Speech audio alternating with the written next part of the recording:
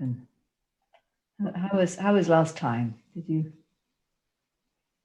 Did anyone redo it? Did anyone go through it again? Any comments?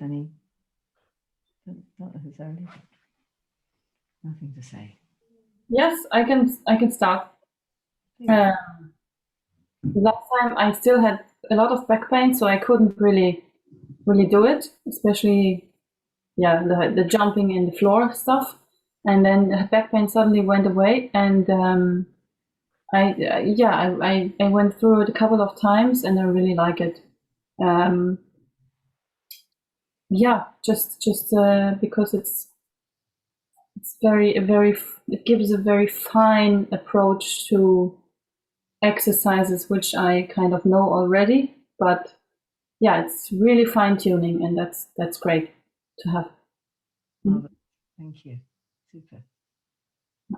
Anyone else want to comment? No, Dora. Yeah, I did it just once, but it's just a very, very nice feeling afterwards. Really very nice flow, and also repeating everything like this is really good.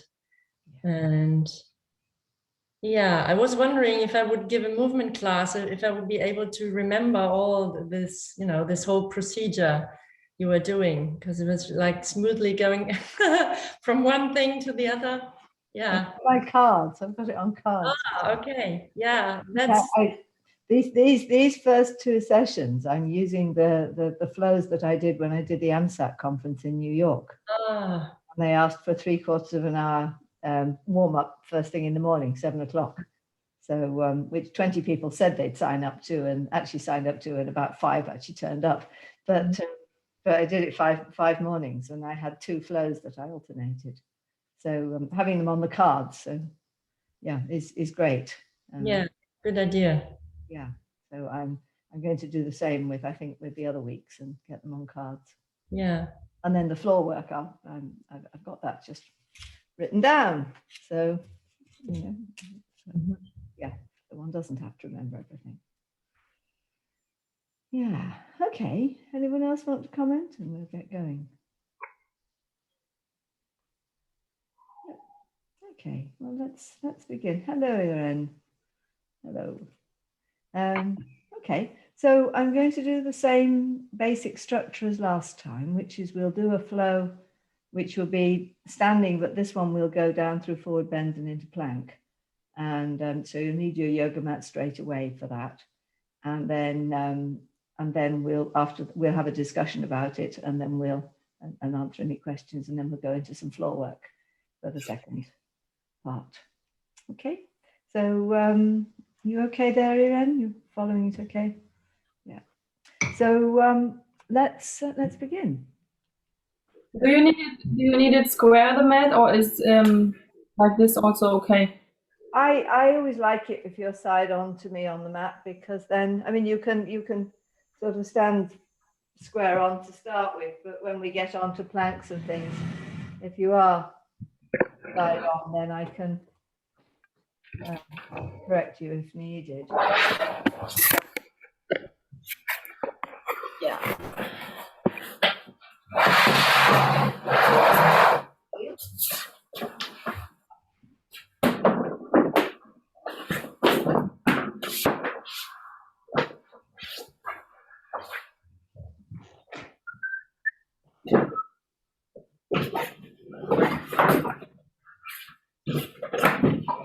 It's not great.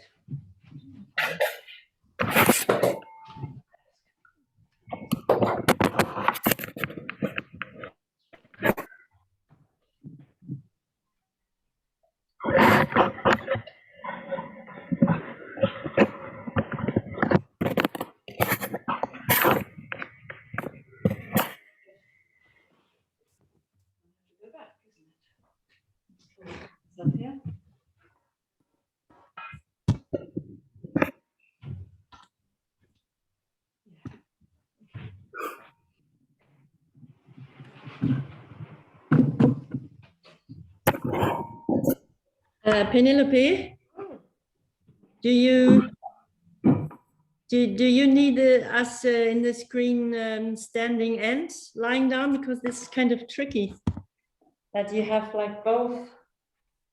Well, we'll start with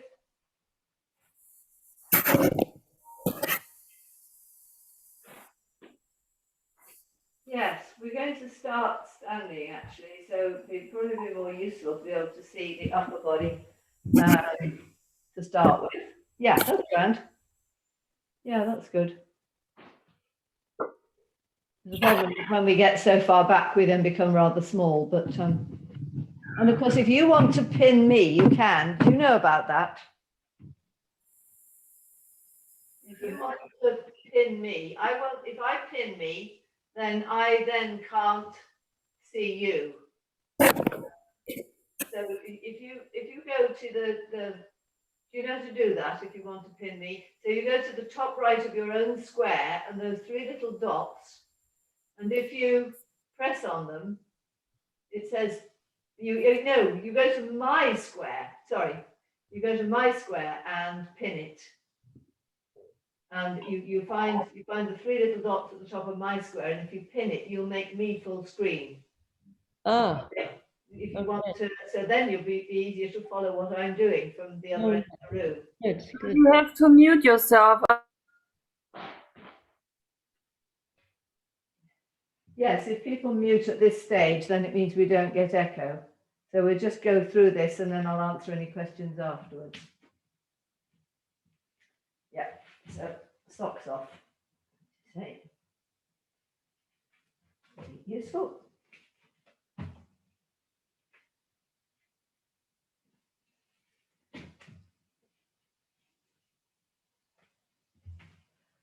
Okay. So I'll change it as needed. Right, is everybody sorted?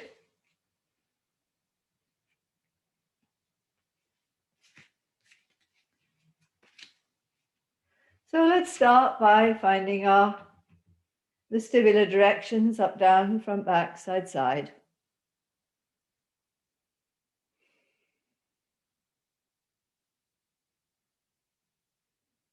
Those invisible laser beams that we just stand on.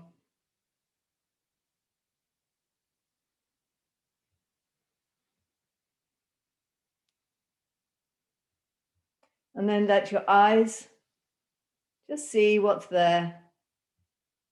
Using your nose feather just to track around. And tracking the line in and out from you. Tracking that line away from you across the floor and out to the horizon. Or up the walls of your room, whichever you have an option of, and back again. And just being aware that the head naturally nods forwards and backwards, up and down slightly on the atlas. When we let that happen, when we let the head just follow the eyes, and the eyes are following that imaginary line out to the horizon and back again. Being very aware of where the pivot point of the head is under the ears, and that isn't moving forwards or back. Just knowing, just letting knowing where that top of the center of gravity is, which is actually much higher up. It's at the back of the cheekbone. So that the head doesn't, that pivot point doesn't move forwards or back. And that the head is nodding from that center of gravity, which is, we can also pick up by thinking that raindrop quite high up on the nose. So that one gets that sense, if you find this sweet spot, of letting the head actually rotate forwards at the center of gravity. You really do get a sense of the back of the spine, the neck spine lengthening.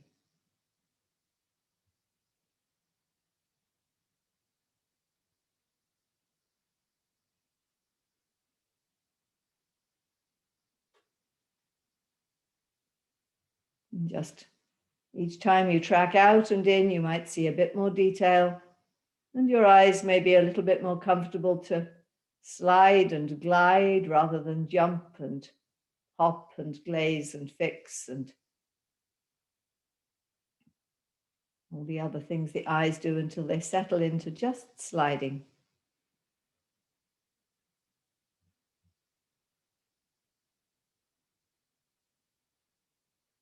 And then letting the eyes go round to the right so that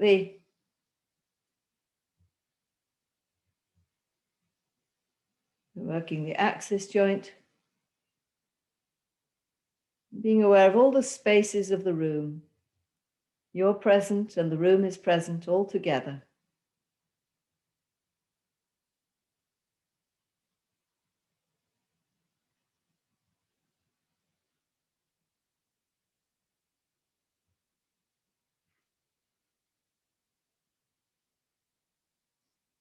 And you're seeing from the back of the head, letting the eyes see from the back of the head.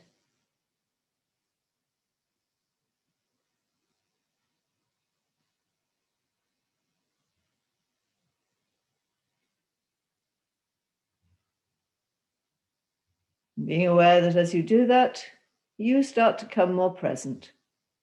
We're aware of the volume of the head,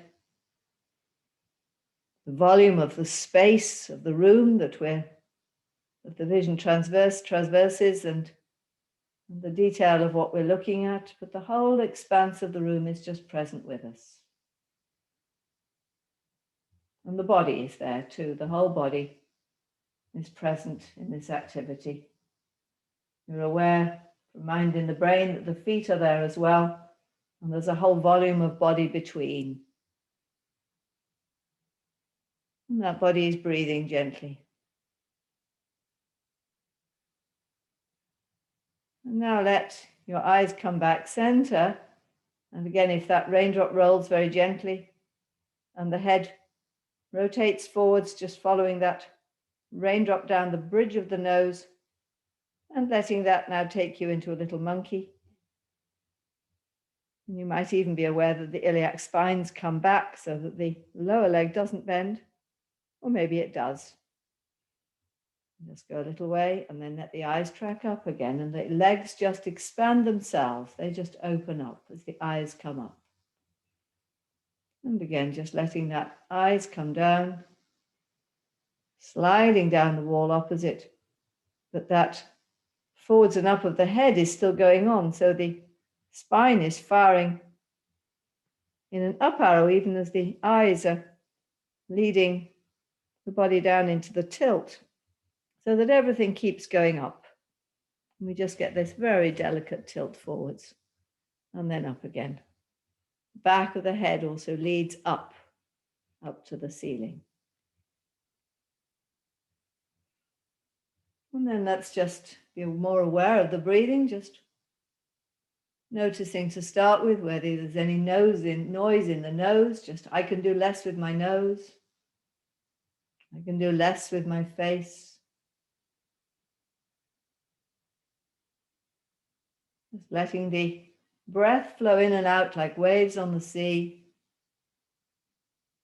with no drama and no fixing, no straining. It just flows in and out, and noticing where it's flowing. Does it flow into the chest or the belly or the ribs or the back or the pelvic floor? Up and down or down and up? Just noticing.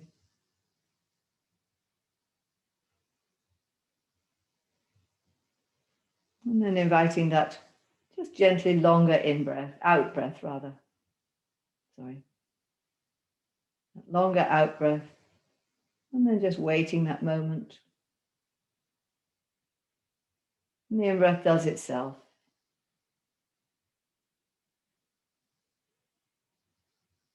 And then the out-breath just flows again. There's no straining, there's no fixing. The out-breath flows. And maybe when the in-breath does come again, it might deepen down the body. The lumbar spine begins to open. The pelvis begins to open. The floating ribs are opening.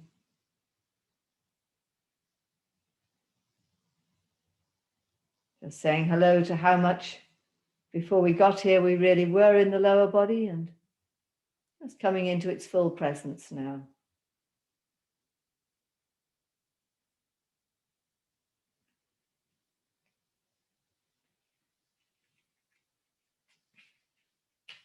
And letting the breath flow right down into the pelvic floor, widening the pelvic girdle. If needed, you can go into that slight monkey again to help that happen.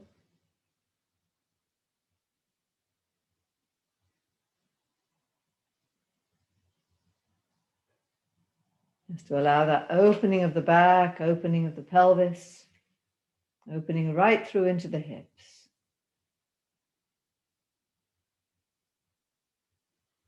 And that then allows the breath, hopefully, to start flowing down into the legs.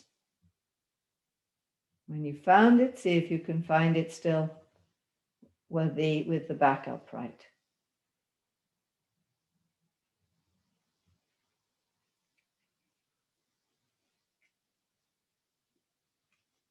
And then let's just breathe in through the perineum, in through the pelvic floor, and out down the legs. So we're now bypassing the upper body.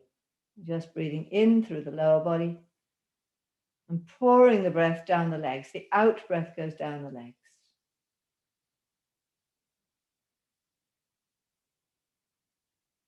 And when the next in-breath comes, let it invite it to come into the lower body and out down the legs.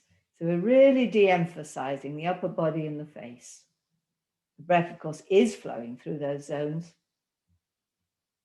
but we're just letting them alone and thinking about the breath flowing down the legs. And you might get a nice sense of grounding with this and of embodying the legs.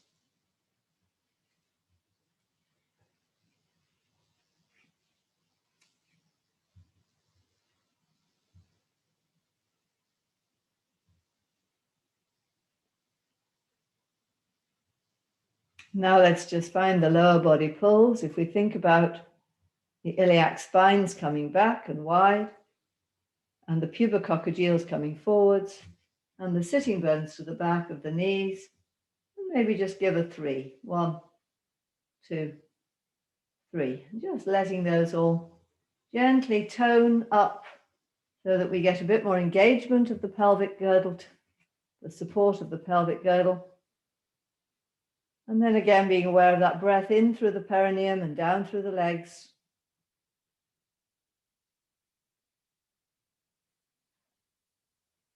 Is it easier now to find that opening of the back with the breath? That engagement of the transversus abdominis? Has it blocked the breath, or has it opened us to the breath in the back and the legs? Just check which it is for you.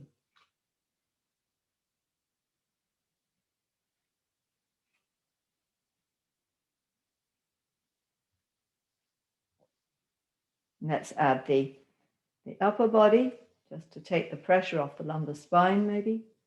Just to start with, finding those elbows outwards, forwards, and down. Another 3.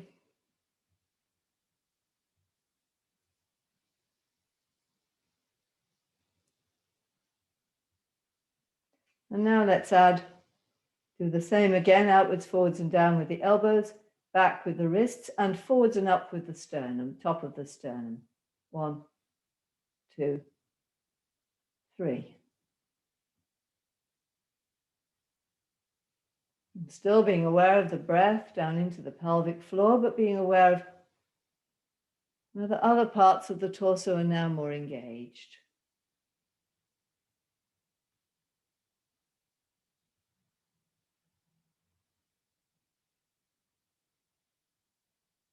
And although we're holding where we've come to, we're not holding it statically because we're letting it expand and contract with the breath.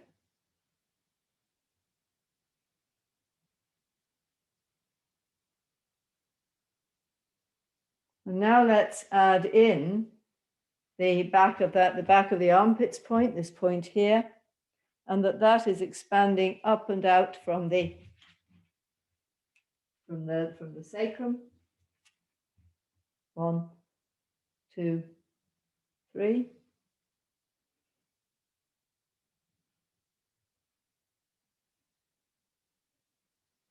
Whole torso now widening. But the legs are still engaged.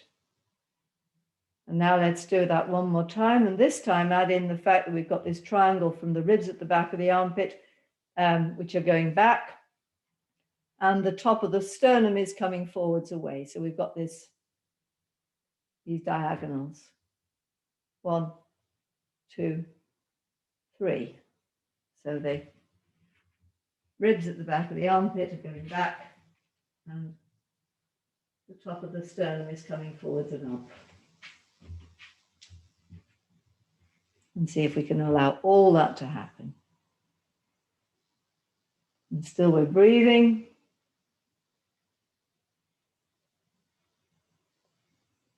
Everything is dynamic and everything is toned. Hi, Hannes.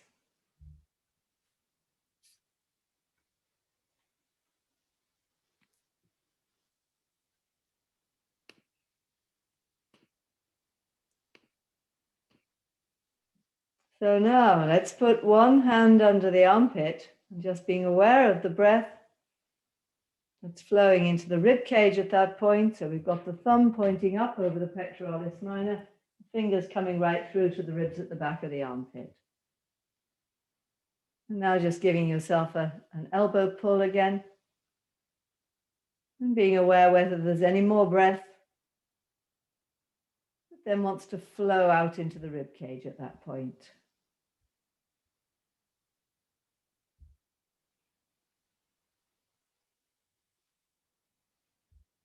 And then the other arm. Again, just putting the one hand under there first.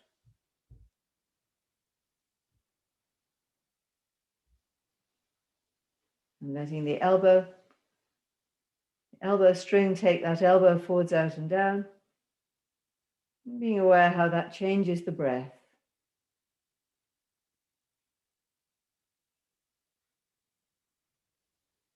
And are we just drawn into the upper body, or can we also still invite that pelvic floor to be widening? The lumbar spine is widening. Breath is still flowing into the legs, but it's just coming a little bit more into the under the armpit.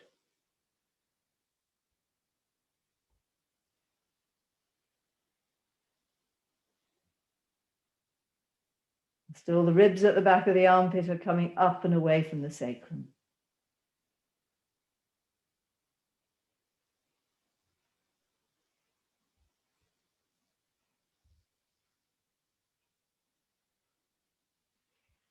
And let's start with the first arm again. And this time, just letting the fingertips extend away so that the hand comes up level, being aware that the thumb doesn't need to rise. The thumb stays where it is. Stop there a moment and just check that we've still got that breathing sideways into the rib cage. And then, I'll just kneel down so you've got my arms. Letting the fingers lead, you don't have to kneel down. It's okay, I'll just do that. And let the fingers lead to let the arm come up overhead. Checking that the thumb doesn't rise, that the ribs at the back of the armpit are staying back and wide. And the arm can extend up out along the deep front back line. That's coming up out of the body. Fingers extending up. Don't go higher than your arm will go. And then when you're ready, bring it down again, keeping everything is coming up. The arm is not dropping down, it's lowering without any loss of tone. Now let's find the other side. Fingers leading down. Breath is flowing into the armpit. Letting the fingers lead to let the hand come up, and still the breath is flowing into the armpit, in the rib cage there. And then let the hand rotate so the little finger now leads. Bring that arm overhead and watch that At every point, we're not letting an arch happen, that this is continuing to drop down, the bum continues to drop down, the back is making subtle adjustment after subtle adjustment after subtle adjustment, so that the arm can come fully overhead and the back is not arched. And still there is breath, so that the neck is completely free. And when you're ready, bring that arm down, keeping the torso going up, the arm lengthens down. And one more time. And finding that breath under the armpit, fingers lead.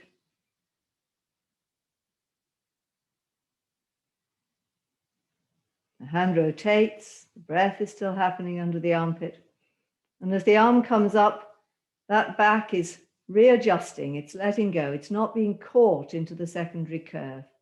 It's keeping lengthening down, and the arm lengthens up so that the neck is completely free. You can take your neck anywhere.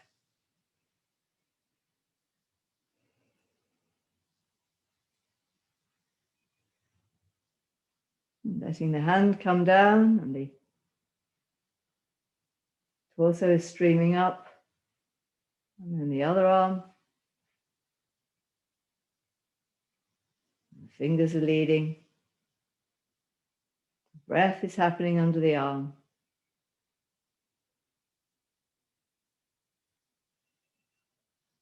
The hand rotates. Letting that back drop away. It's not being caught by the movement. The thumb doesn't come up and the back doesn't arch. That's right, rotate the hand, Hannes. That's it. So the little finger leads, that's it. And letting everything just drop down so that you get this lovely extension of the arm out of the back. And bringing it down again. The head keeps going up while the arm comes down. No loss of tone in the arm on the way down. The arm stays toned all the way.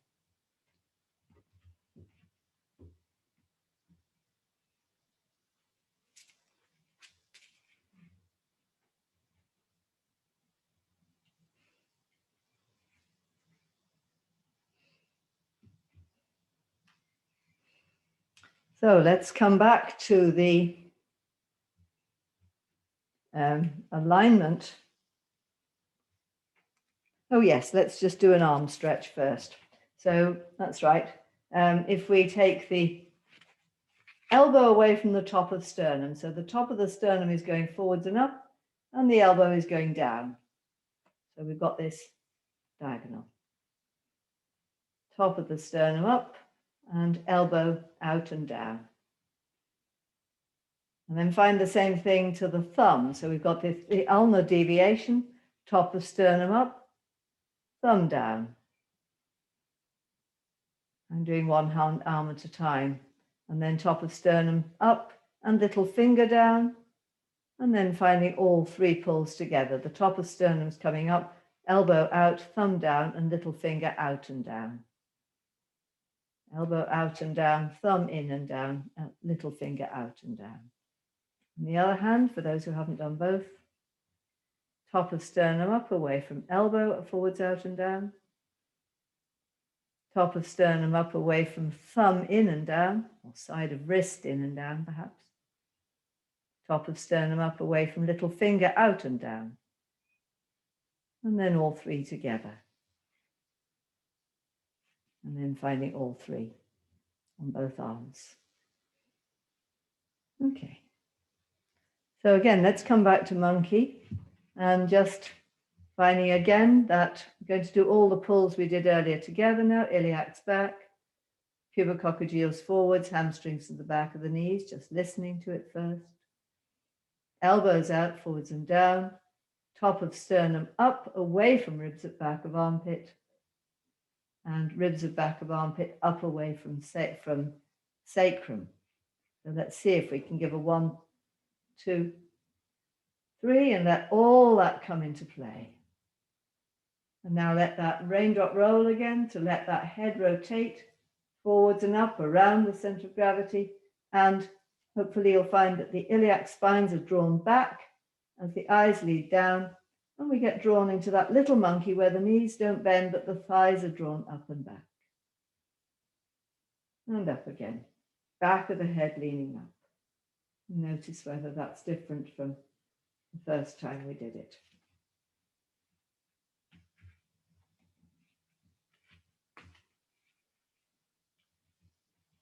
Let's just come to our feet, which I've also forgotten to do. I got my pages in the wrong order.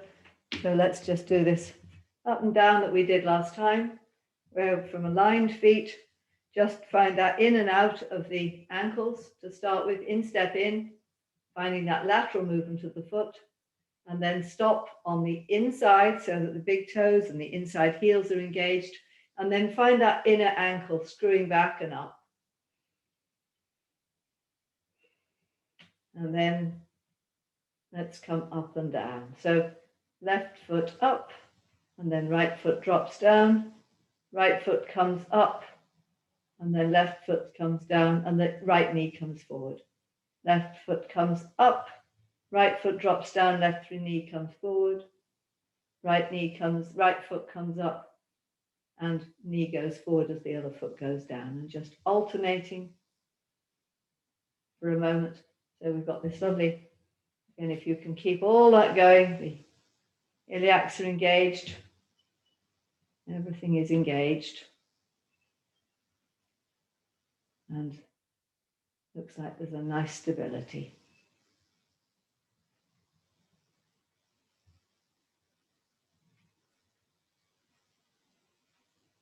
And taking that into a little bit of a bounce. For those who can bounce.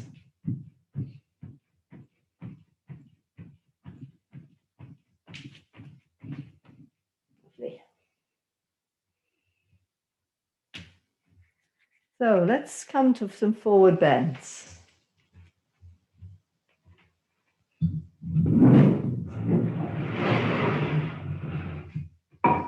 Let's just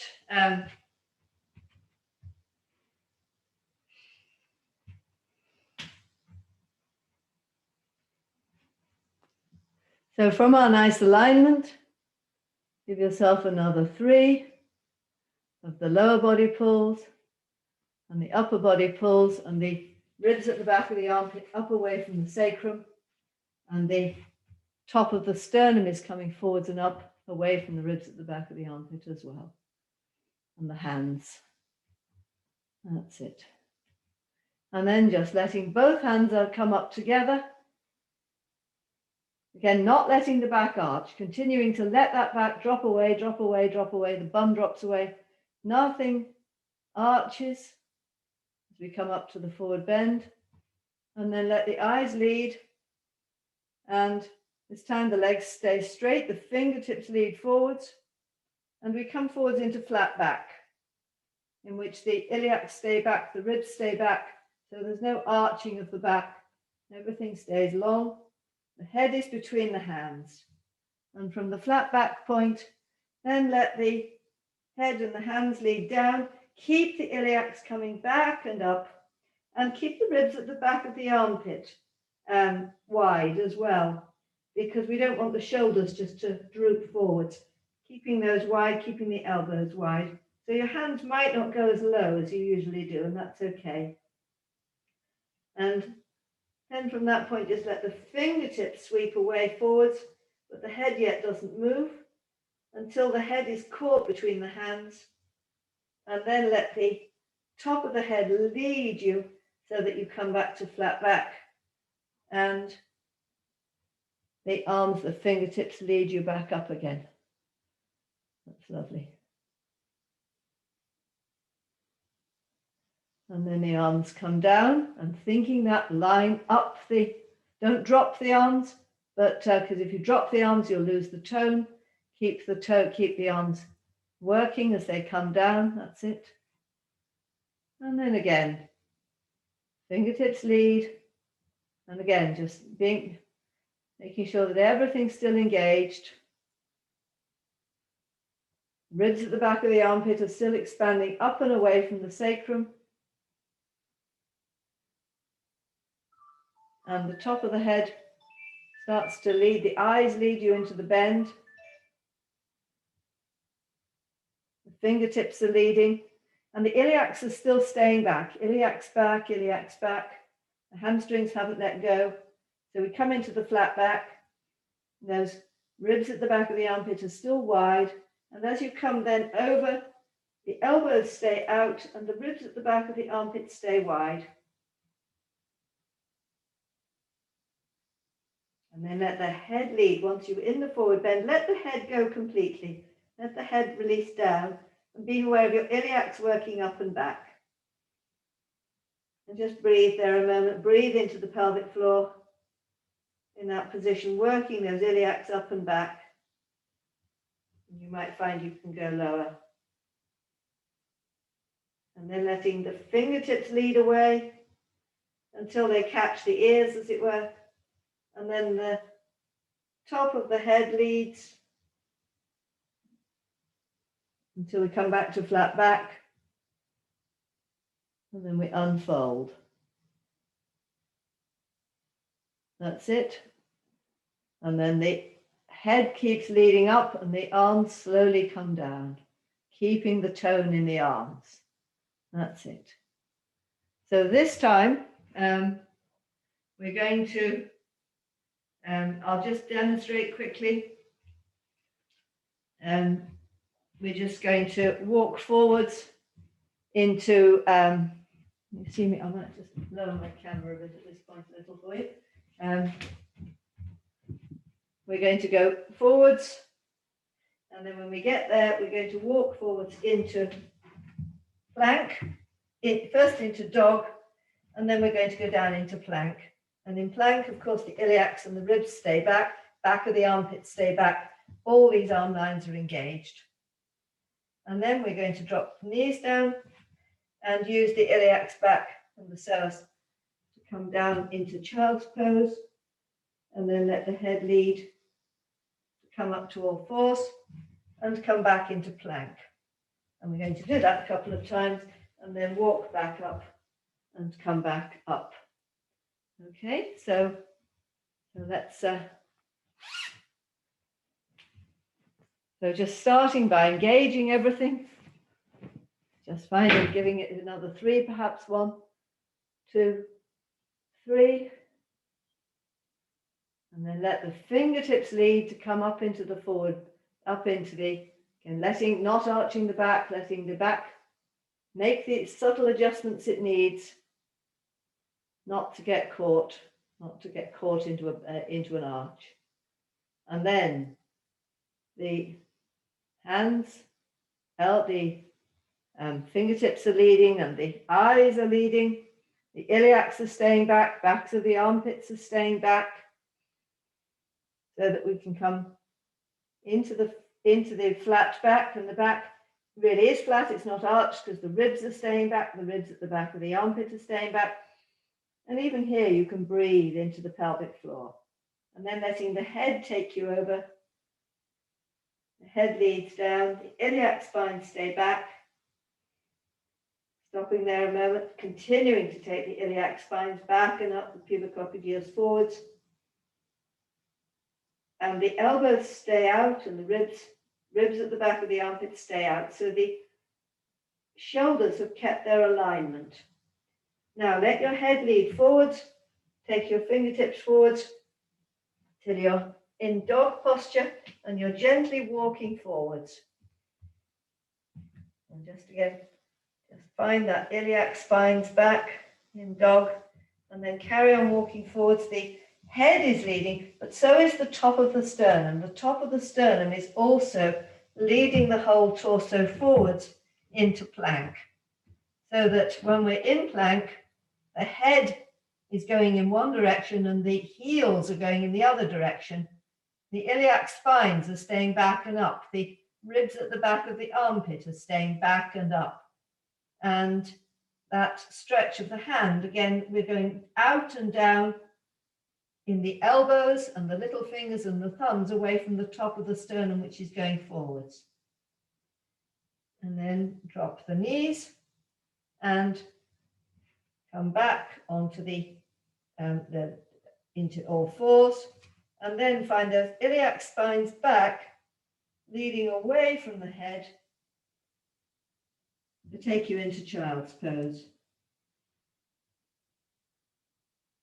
And just staying there and breathing a moment, letting the head relax down, the arms relax down, the hands are fully relaxed, and just that long out breath.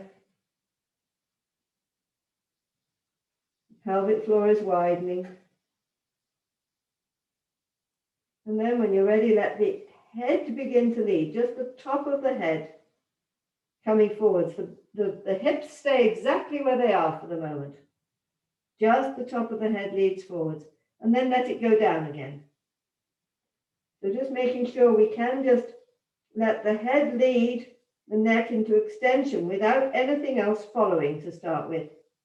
The hips are staying back. The backs of the armpits are still widening. The elbows are still widening. The hands are still on the floor. And now let the head lead away a bit more so that the neck spine lengthens and the upper back lengthens, but still the hips haven't moved. And the elbows are widening and the ribs at the back of the armpit are widening. And keep that head leading until in the end, the whole spine has to be drawn along. The arms unfold themselves. And just keep going. The head leads, the top of the sternum leads, the toes tuck under and the heels go back. And the ribs at the back of the armpit are still working. The ribs are still working back and up. The iliac spines are still back and up. And you are in a beautiful plank. And hold it for as long as is comfortable. And then we're going to just drop the knees down, or lower the knees down rather, there's no dropping, and let the iliac spines lead back. Pelvis is opening with the breath, and the head is tractioning in the other direction. And the iliac spines are leading back and back and back until we fold back down. Being aware of the breath into the back. And into the back of the ribs at the back of the armpit widening and the elbows widening. And then the head leading away. Just the head extending up, traction in the neck spine. And again, dropping it down, lowering it down rather, sorry, no dropping. Checking that nothing else follows for the moment. And again, the head leads up, tractioning the neck spine, but the hips don't move. The hips are staying with the iliac spines going back. And then the neck, the head carries on, tractioning forward, so the neck spine starts to traction on the upper back, and then the middle back, and then the lower back, and the hips. The iliac spines are still working back so that they're resisting, and we get this lovely opposition. The whole spine is drawn into all fours and then keeps going. The head leads, the top of the sternum leads, and the ribs at the back of the armpit are still coming up and away from the hands. The elbows are coming out and down from the top of the sternum, and from the ribs at the back of the armpit. The head is coming away from the heels and vice versa. You could think of that forwards and up of the raindrop in this position. The center of gravity is what's rotating that head forwards and up from this position. And everything is lengthening. And then just lowering the knees again.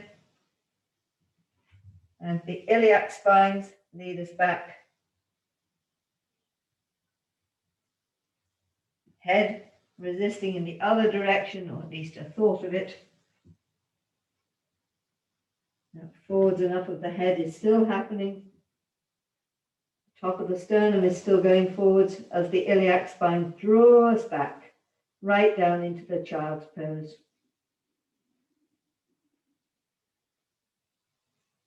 And again, being aware of that opening of the back. Right through into the ribs at the back of the armpit and the elbows and the hands.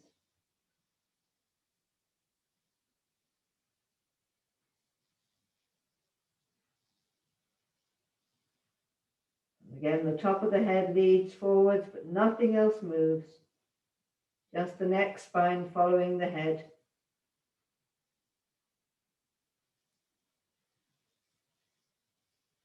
Noticing how quickly your vision can actually come into play and actually see the mat, see the detail of the mat, and keep that top of the head streaming forwards and up, rotating with its nose feather and its raindrop, so that it's coming up and out of the atlanto-occipital and tractioning the neck spine, and that's putting a pull on the rest of the back so that the whole body extends like a flower.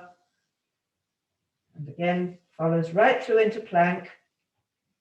Head forwards and up off the atlanto-occipital, raindrop rolling, nose feather seeing the mat, heels going in the other direction, whole superior back, superficial back line opening, the erector spinae opening, the hamstrings and the calf muscles are all lengthening. The iliac spines are staying back, ribs at the back of the armpit, staying up away from the elbows and the little finger and the thumb. And then pull back and up with your iliac spines so that you come up into dog posture.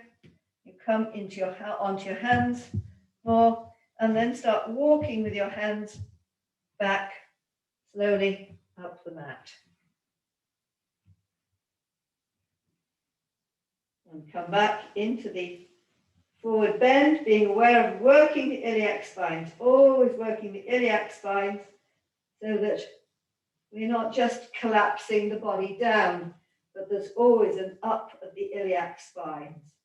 And let's just walk forwards again, finding that head leading. We're just going to walk back into plank and then walk out again. And how stable can you keep this movement? Are you swaying from side to side a lot, or can you keep the stability in it? Let's try one more time. The head leads, the iliac spine stays stable, and the ribs at the back of the armpit are keeping you stable, so that there's very little sway as you go forwards and back in this position. Iliac spines, ribs at the back of the armpit, all staying engaged so that you can keep your stability.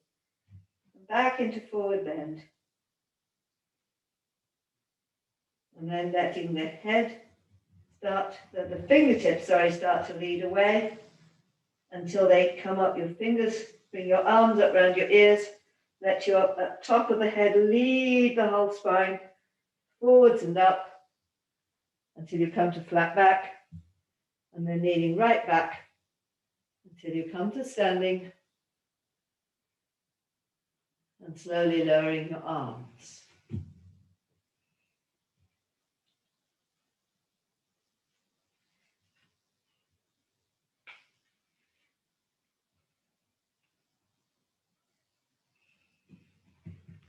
And let's just, when we're back there, let's just do a bounce, just to see how it all is. Now we're back to standing. Okay.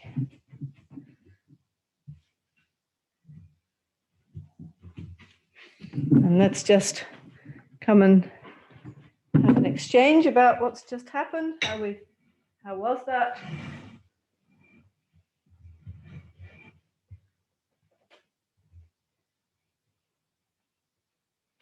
Does anyone like to comment or ask questions so far?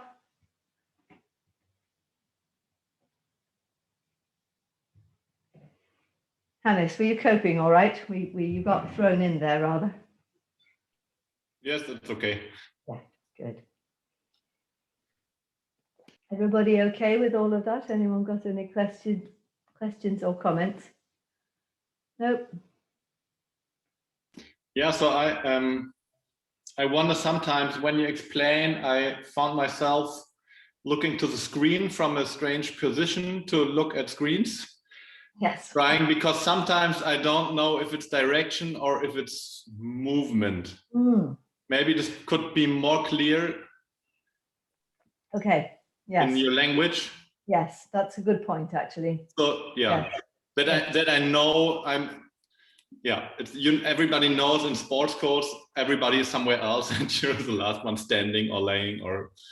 Yes, it's a good exercise, isn't it? Letting the head turn freely and the body follow from strange positions. Yes, it's the additional unspoken part of the class. Yes, but thank you for that point. Anyone else want to say anything? Nope. In which case, let's all go on our mats for floor work. So yes, if you'd all like to go and lie down, and we'll carry on. Just want to say one thing. Please. I remember when we introduced that in the the modules. I mean, the second course. Mm-hmm.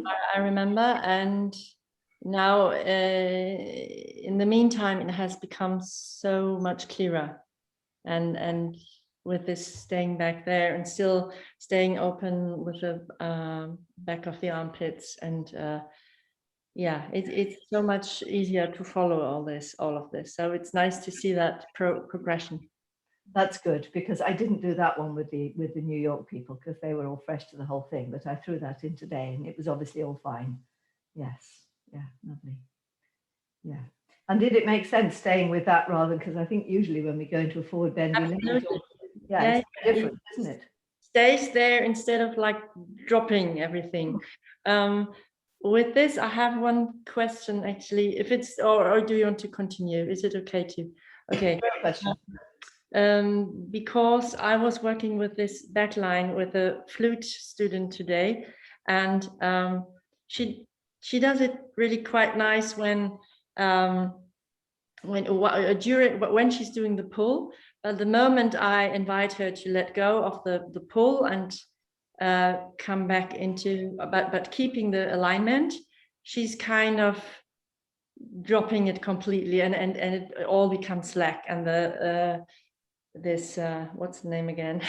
Yes, serratus anterior becomes slack, and it's really and everything becomes very heavy, and the arms are just heavy things. Have you worked with just bringing the arms up and bringing them down without losing tone? Because I think that's a very nice place to start with the idea of not throwing away tone, because so many people, they just drop the arm. Yeah, she can do that, but the moment just if we do the pulls and then I say let go slowly, somehow she's going over the point where she loses every tone, and it's working on it. Keep working on it in different ways. Lift a leg, put it down, go into a lunge, keep it going, do all the different ones, and just keep, it's such a habit to collapse this area, I think, particularly. Yeah, nice, but it's a good point. Yes, it's something that it's so easy just to drop, and even my language, I kept using the word drop and having to rephrase it. Yes. Okay, let's lie down.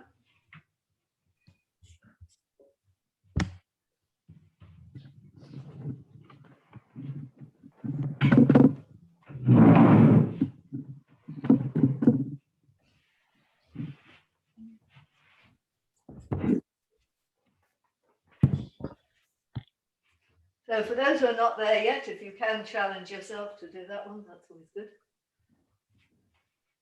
So you can use books or not under your head. If anyone who needs a lot of books, I think it's very well worth it. You can all hear me still, right?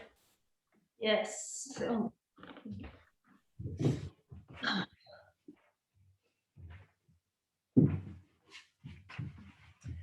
let's just start by being aware of the breath in this position, in semi-supine.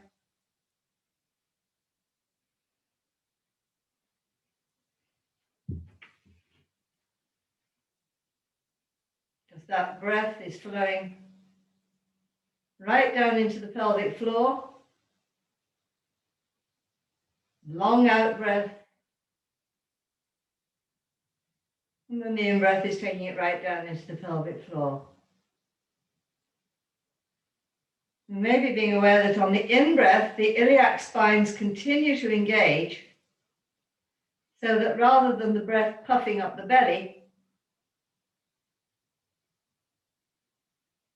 that instead, with the iliac spines engaged, it invites more of that opening of the back,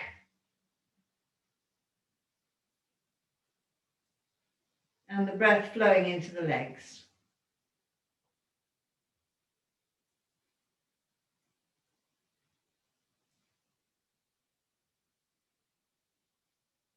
And we could even just add awareness of the back of the armpit point, and that link through to the elbows, so that all the limbs are engaged in the breath. You okay there, Micah? Now let's do a lying twist. So if the arms go out to the side. I just had a very bad internet. Ah, right, okay. So if you extend your hands either side of you, out horizontally on the floor. That's it, palms down. And then put one leg, so the heel of one foot rests on the knee of the other foot. Yeah. And now the knee that's up, you're going to roll towards the other leg, towards the floor, and at the same time the eyes are going to come the other way. So the knee's going one way away across the body, and the eye is coming out. But to stop that knee falling, we're going to think about that internal oblique coming back and up. So as the knee goes across, the internal oblique is coming the other way with the eyes, so that you are going into you are really controlling that movement of the twist over onto the floor, keeping the rib cage on the right hand side down if you can, working that internal oblique so that the twist goes slowly down onto the floor, the eyes are going the other way, and you get a lovely twist all the way up the spine. Stay there for a breath so that the in-breath is widening everything, and the out-breath again is working that internal oblique back in the other direction, so that you're widening across the hips in this position. And then on the next in-breath, widen so that the whole thing uncurls back to coming up.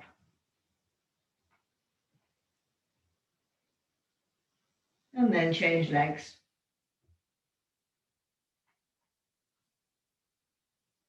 And on the out breath, starting to take that knee across towards the floor, across the other leg, working with the iliac spine, the internal oblique back away, so that the hip, the upper hip, is going the other way with the eye. And the whole thing is opening. Keeping the shoulders on the floor, only go as far as the body, as the twist will go. Keeping everything working, keeping those back of the armpits widening. Staying there a breath or two. Letting everything widen on the breath. And then on the next out breath, working those iliac spines back and up. Sorry, next in breath, in breath to come up. And then swapping over again and going the first way again. Again, the knee is coming across and it's being opposed by that same hip, going away with the eyes. So the whole hips are widening even as they are going onto their twist. Keeping the ribs at the back of the armpit widening, keeping the, although if your rib cage might not be on the floor, but working it to be towards the floor, even as the knee is twisting the other way. In-breath widens everything. Out breath works those obliques and the psoas as well, back and up. And on the next in-breath, letting it all uncurl.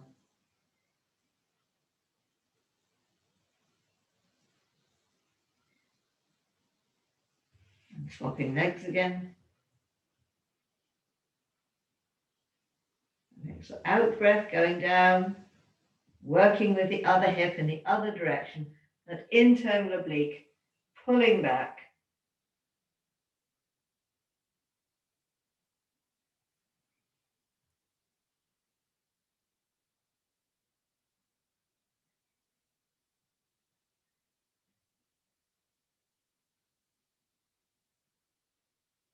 In-breath widens, out-breath lengthens, back and up.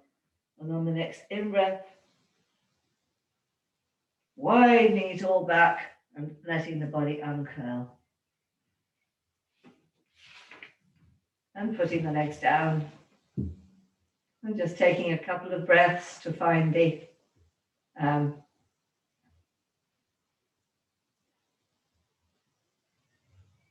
balance between the two sides again.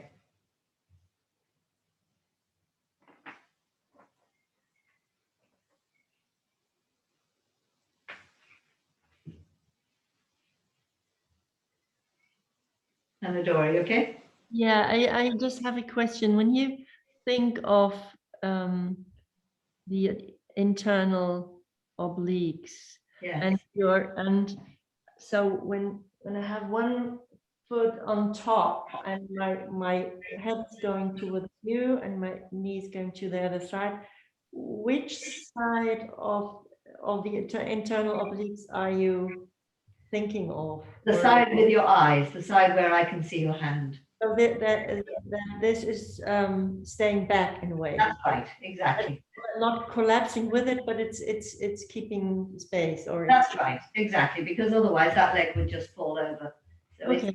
it's holding it back. Does that make sense? Yeah, but in a way it's both sides, right? So well, it is both sides, absolutely. Both sides are working. Opening here and staying back here. Opening here, staying back here. Okay. That's it. This is it's that side of the leg that's up that's really supporting the leg from just flopping down. Yeah, okay, got it. Yeah. Okay, let's bring the knees over the body and let's just do some arm lifts to start. Actually, leave the legs down for the moment and let's just do a couple of arm lifts. So sending the fingertips along the mat and then extending them up, and just like we did standing, being aware of the back not arching as we do this, but just so that the arms can come as high as it's comfortable and the body doesn't arch, if we're lucky.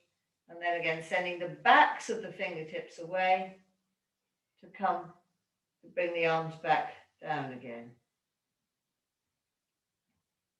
So we're using whichever position the arm is in, it's the opposite side that's thinking. So when we're coming, just start again in a moment when everyone's back down. That's lovely. So from this place again, it's the fingertips lengthening away from you along the mat. And they lengthen the arms up in the air. And then when we get overhead, it's the upper surface of the arms thinking along the backs of the arms, which are working, again, to stop the arms just falling to the mat. And the iliac spines are still staying back. Ribs are still staying back.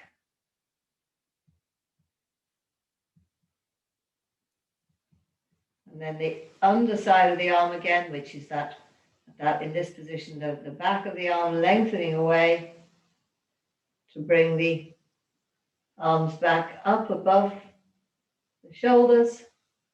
And then the front of the arms are perhaps working a little bit more directively to support the arms to stop them dropping down. That's lovely.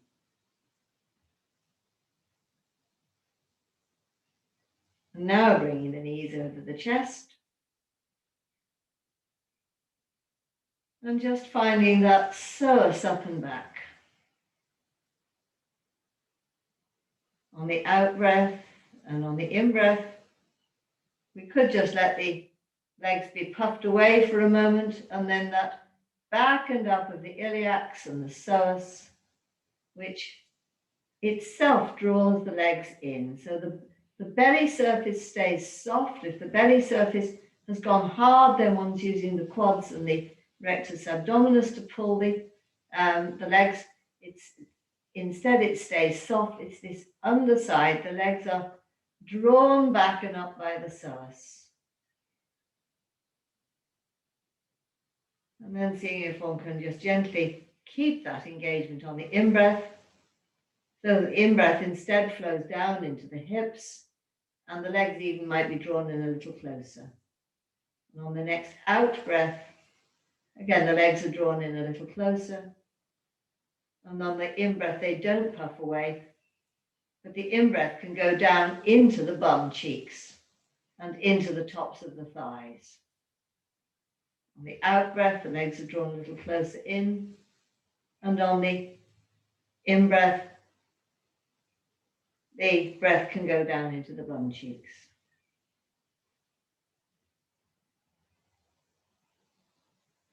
Now, just take one leg, sending the heel away, and on the next in-breath, so we're going to actually put one leg back in semi-supine, and then on the in-breath is going into the leg as if it's extending the heel up away like a balloon being blown up, like one of those long balloons.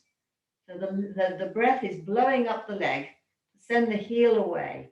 And then on the out breath, the psoas coming back and up pulls the leg back in towards the body.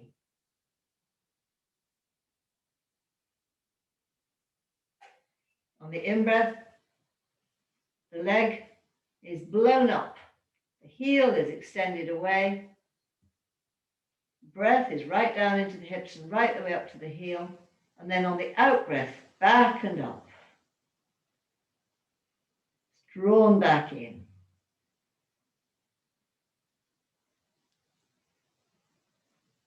The in-breath is sent away again, sending it up into the air. And on the out breath, it's drawn back and up to draw back in again. And now gently using your engagement of the psoas still while you lower that leg to the floor and lift the other one up.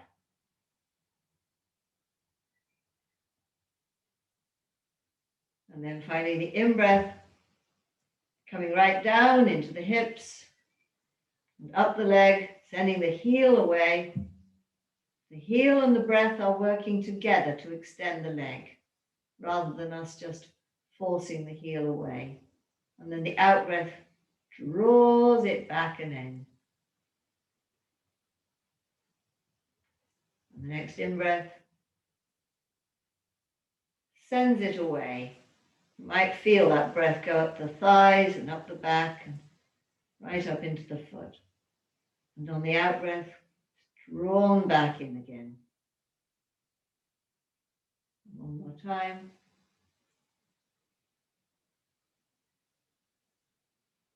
In-breath sends both legs up into, one leg up into the air. And then the out-breath draws it back in again.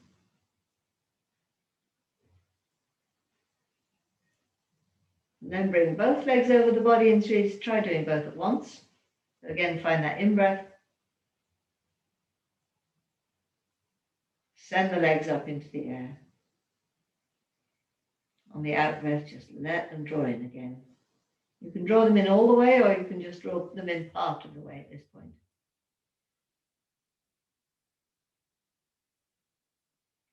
Picking up that in-breath right through the bum cheeks, up through the hamstrings, up through the quads, the calf muscles, and down again.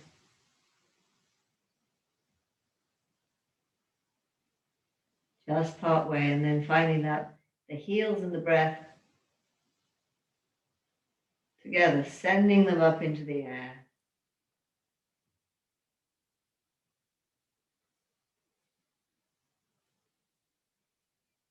And I forgot to do it with the arms lifting, so we just do that. The next one, the arms lift overhead. As the in-breath happens and the legs go up into the air, so the arms go overhead. And then as the out-breath happens, the arms come back in again.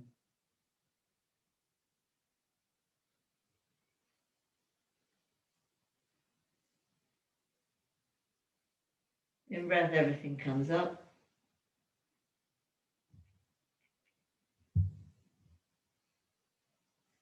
Out breath, it all gets drawn down again. And now let's take the legs for a cycle. Being aware of keeping the psoas engaged and not letting the legs drop at any point. So there's back and up is working all the time. The heels are working, the breath is working, even though the movement is now constant. And just taking it for a lovely cycle. And then we'll gently lower the legs down, keeping that psoas engaged to lower the legs back down.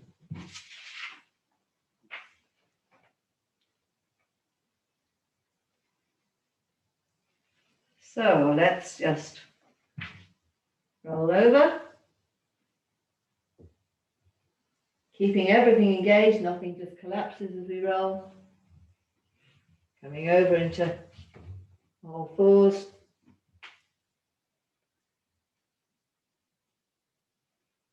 And then can anyone put their heels under and just come up to standing from there? Tuck their toes under. See if you can tuck the toes under and just flick up. So it's there's a bit of a iliac back helps. Yeah. Okay, have we got time for some squats? We're out of time today. Come to squats next week. Okay. How was that? Anyone like to ask any questions before we finish?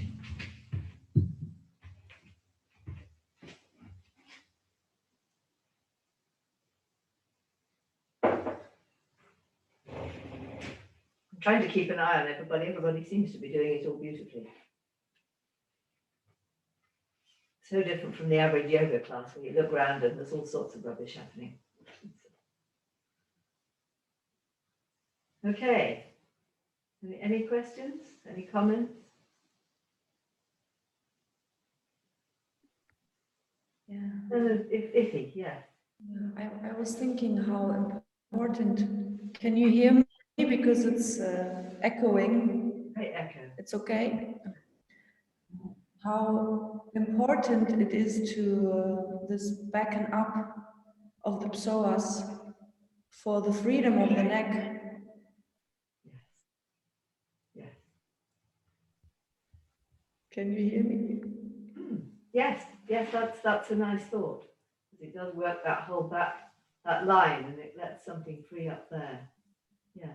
Especially when the limbs are moving and the legs and the arms, how much stability it gives. Yes. Yes, I didn't start mentioning the psoas till we got to that point because I thought I'd build it up slowly for you all again. Yes, we'll be mentioning it all regularly from this point because it is the core, isn't it? Yeah. Any other comments or questions?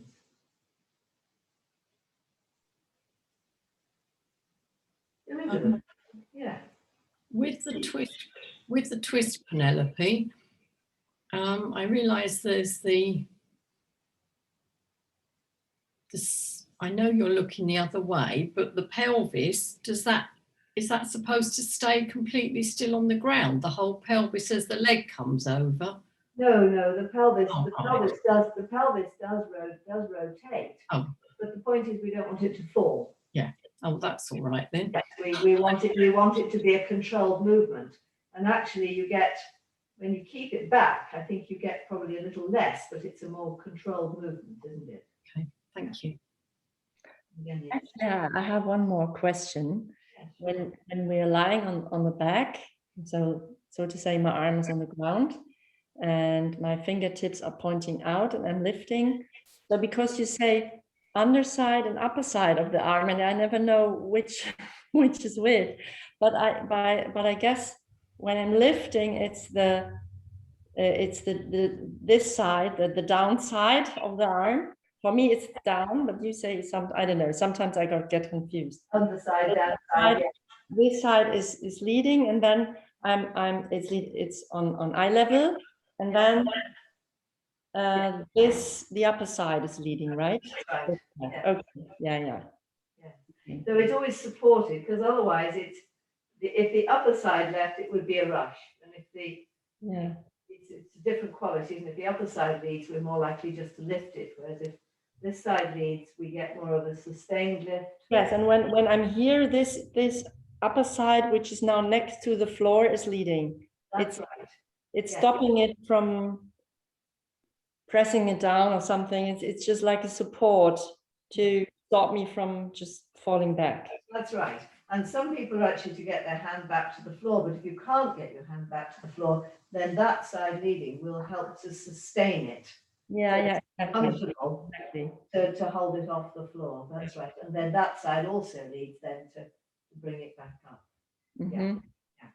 Absolutely. It's a real worker of the, and then you're not straining your shoulders, because also the arm is heavy at that point. It's a huge leverage on the shoulder, and you don't want to strain the shoulder. Yeah. Nice. Okay. Any other questions? Nice. You look like you're bursting to say something. I have many questions, but it's not. They are not formed. Right. They're not in the form. It's so first of all, it reminds me a lot on my history of doing sports as a child and doing kung fu, and there was. Yeah, in the kung fu class, it was similar experience that I learned to do the exercises in a more controlled way, and also thinking about oppositions from time to time. I mean, the wisdom is there in martial arts, I think. So it's so interesting. There's so much happening in the memory of my body when I'm doing kind of exercise, and now with the Alexander content. And this was maybe the other question. So what's Alexander technique about it? We are all trained and we have a different quality of coordination inside. You're asking where does the Alexander fit in? I mean, in some ways, I think Alexander rediscovered martial arts. Yeah. At a point at which martial art wasn't known in the West. I think that he discovered a lot of that ancient wisdom again, of this balance of the body and sustained movement. Yeah. And they learn it to some extent through copying, and the inner form comes later. What we're able to do is to bring the inner form much quicker in. Yeah. So that, because we're using the thinking. Exactly, yeah.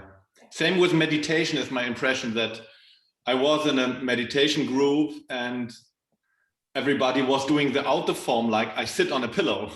Yeah. And for 1 hour and no instruction how to use my thoughts and where to put my awareness and all this. Sure, absolutely. Yeah. So we're really putting instructions to that. Yeah. And making it much clearer. And I think that's a lot of what we're doing, and bringing it all into an integration, aren't we? The thinking and the coordination of the body and also, did anyone see the yoga mat as we came up out of child's pose and into? Yeah, of course. Got that point where the yoga mat comes back into focus, so the eyes are still engaged. Yeah, very intense moments from also if it's very close. Yes. So it's very, very intense, very short distances. Yes, but it's also space there. Yes, that's right. And it's lovely to see that and catch that moment of clarity. And then, of course, as you go up, the yoga mat gets further away. So we're keeping the visual component going as well.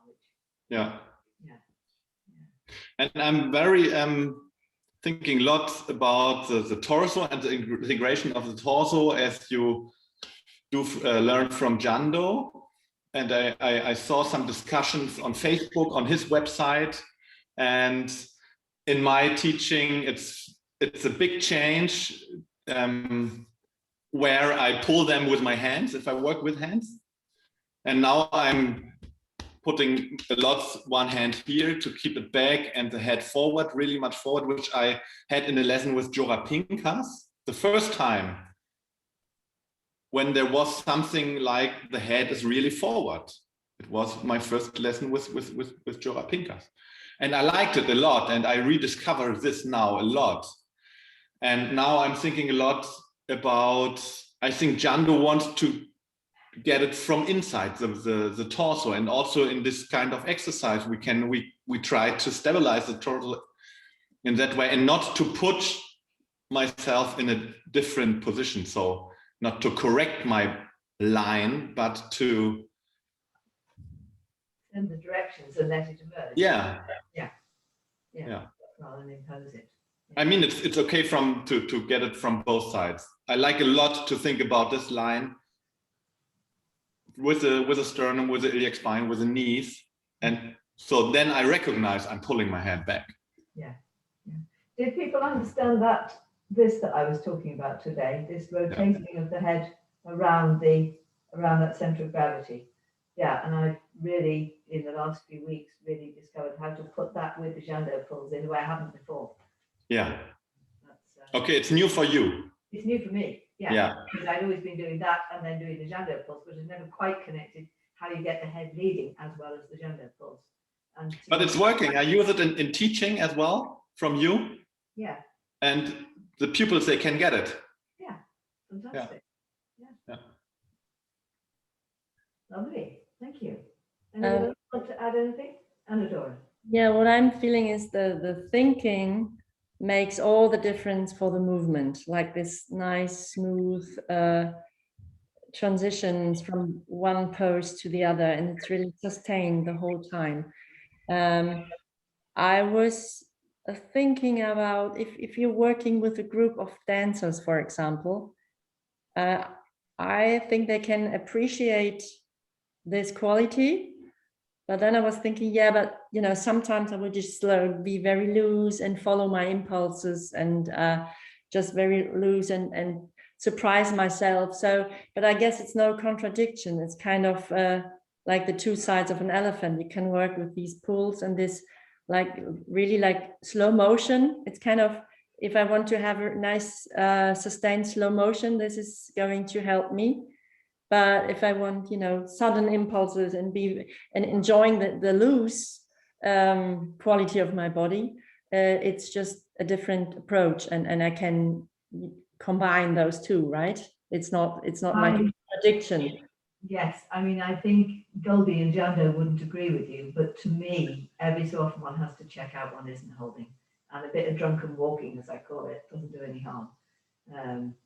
Just letting that flow happen, and then discover, and then go back into the pulls and discover how much.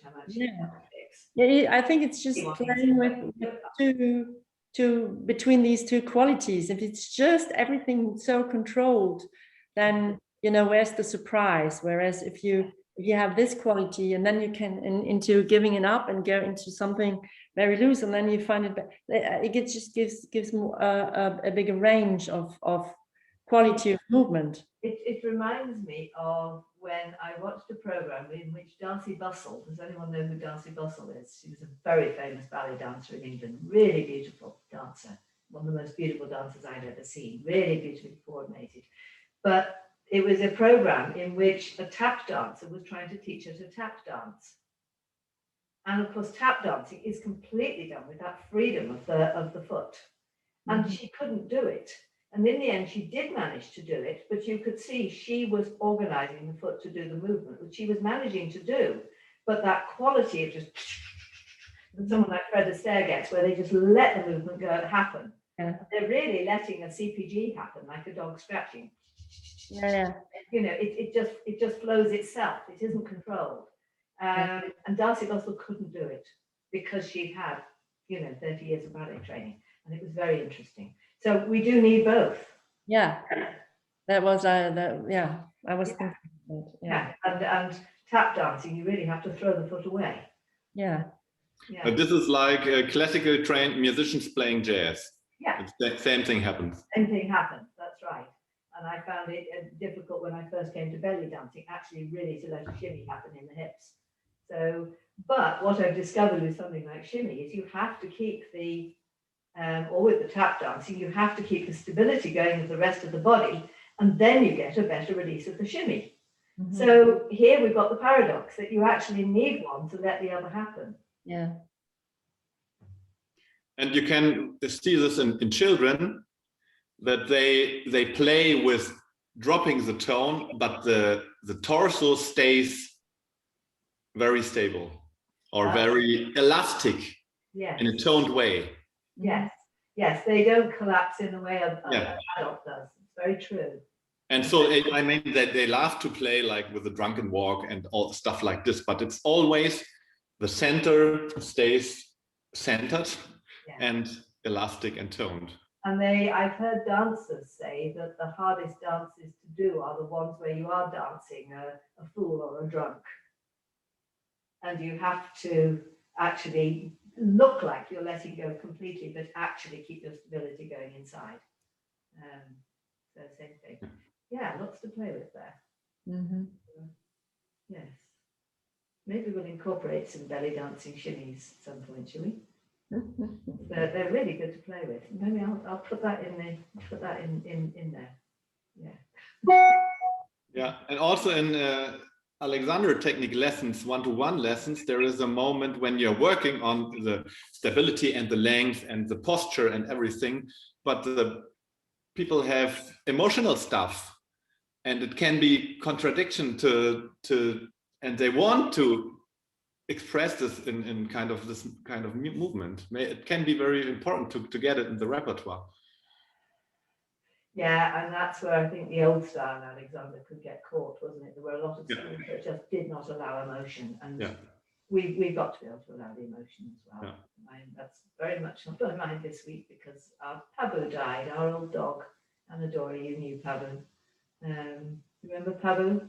Yeah. Yeah, she died on Wednesday. Oh, sorry. Yeah, I had to get the vet in the end. It was too distressing. Sorry to hear that, Penelope. Well, thank you. So there's been lots of crying going on. Oh. But it's something amazing when one lets it happen right from the base of the body. It's just amazing to let oneself howl from the base, and there is a coordination, and there's a whole release and it's so cleansing. So there's one has the emotion, one can do the emotion from the whole body, and then it's it's amazing.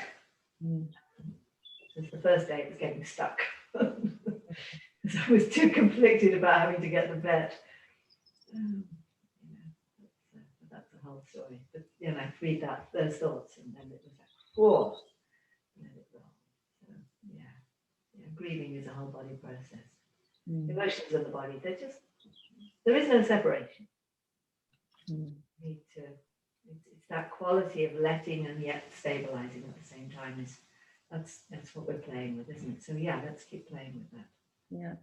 Thank you for bringing that one forward. Okay. Any other comments? Claire, you've been very quiet. Nothing to say today.